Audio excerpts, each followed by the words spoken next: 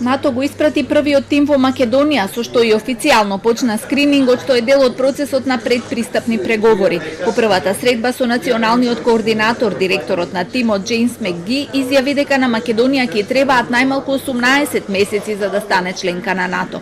Досегашното искуство од проширувањето, вели, покажува дека ова е периодот што е потребен да завршат внатрешните процедури и одлуката да биде одобрена во парламентите на 29 земји членки и покрај тоа што Македонија, која веќе долг период е дел од акцискиот план на Алијансата за проширување, е подготвена.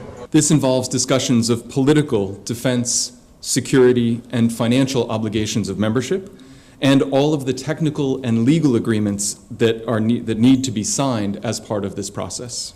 We will also discuss the ongoing process of reforms in your country and the commitments your government will undertake to continue those reforms during the accession process and beyond.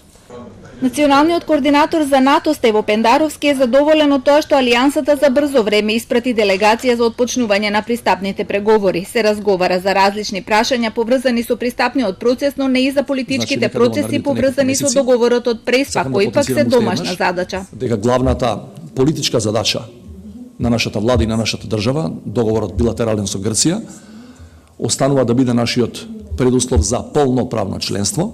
И тоа она што претходни, сега имаме покана за пристапни преговори, го почнуваме денеска и очекуваме некаде до нова година максимум да го завршиме.